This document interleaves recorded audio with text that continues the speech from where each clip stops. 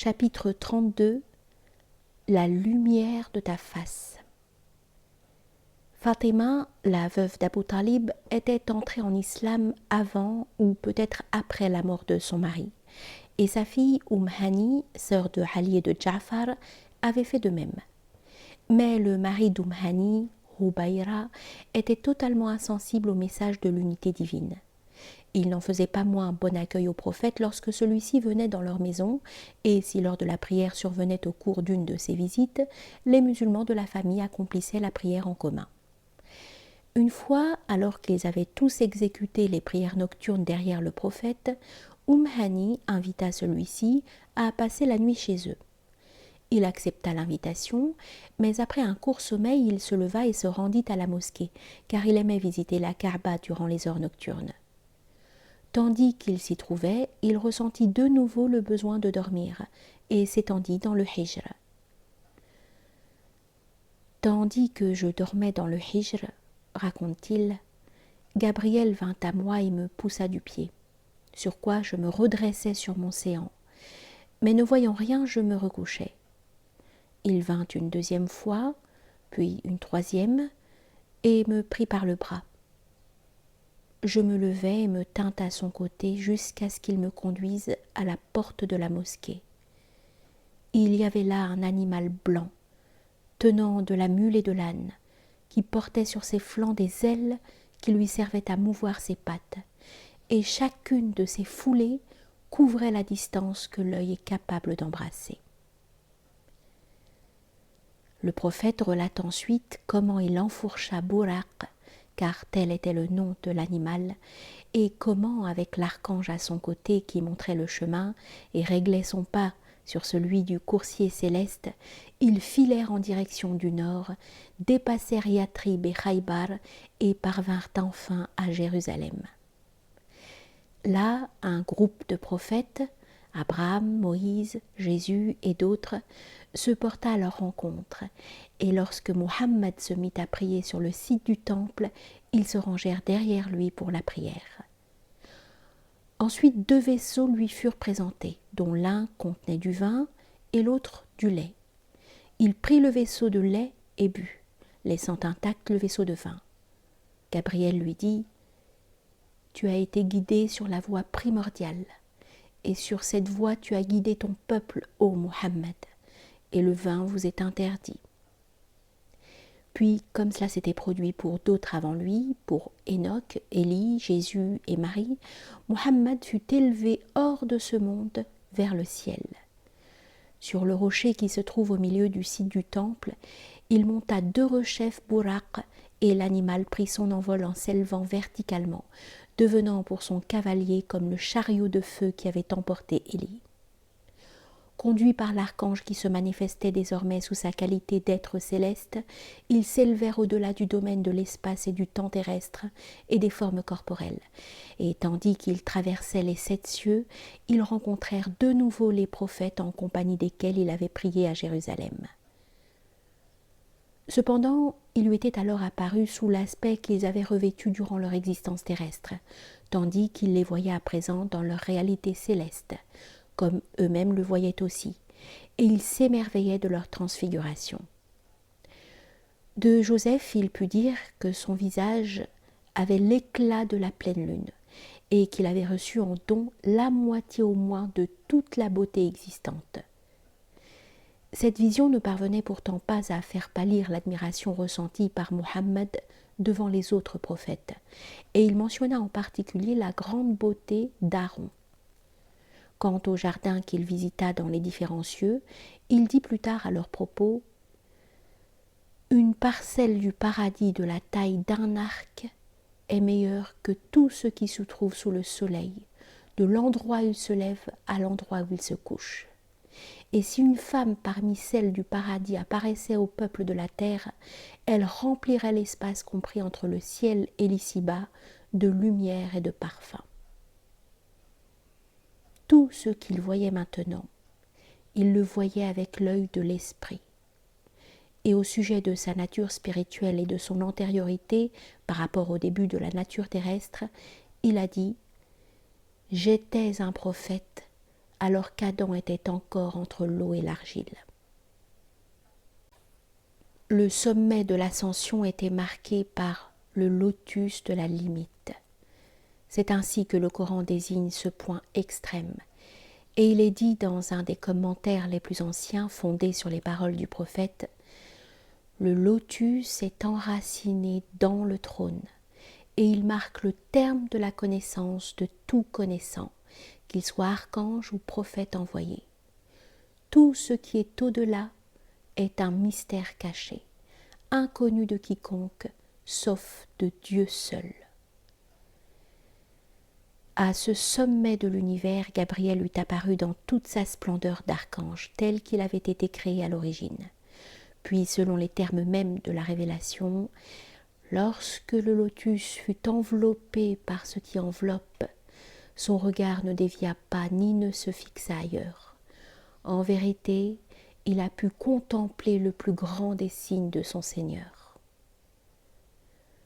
Selon le commentaire, la lumière divine descendit sur le lotus et le recouvrit avec tout ce qui se trouvait autour, et l'œil du prophète la contempla sans sourciller et sans s'en détourner. Telle fut la réponse, ou l'une des réponses, à la supplique implicitement contenue dans les paroles du prophète « Je prends refuge dans la lumière de ta face ».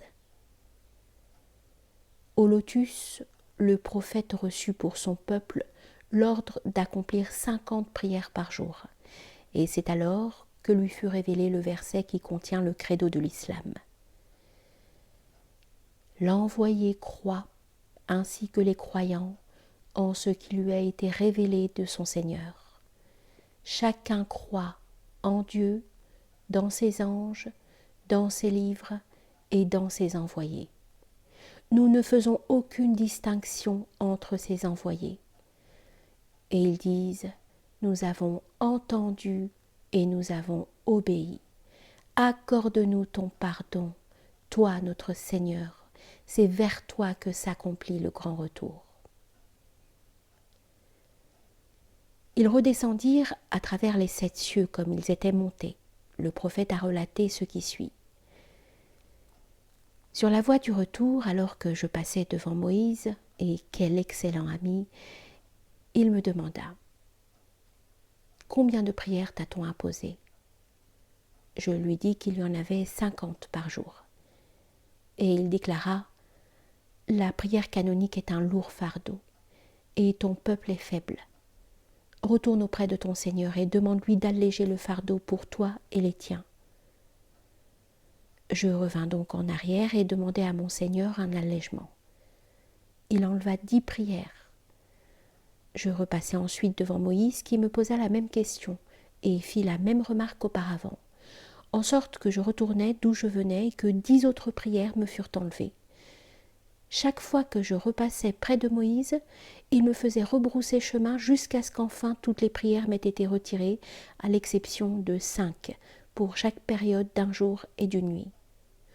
Revenu près de Moïse, il me posa encore une fois la même question, à laquelle je répondis « Je suis déjà retourné tant de fois près de mon Seigneur, et lui ai tant demandé que j'en ai honte. Je ne retournerai plus. » C'est ainsi que celui qui accomplit les 5 prières avec la foi et la confiance dans la bonté divine, celui-ci recevra la récompense de 50 prières.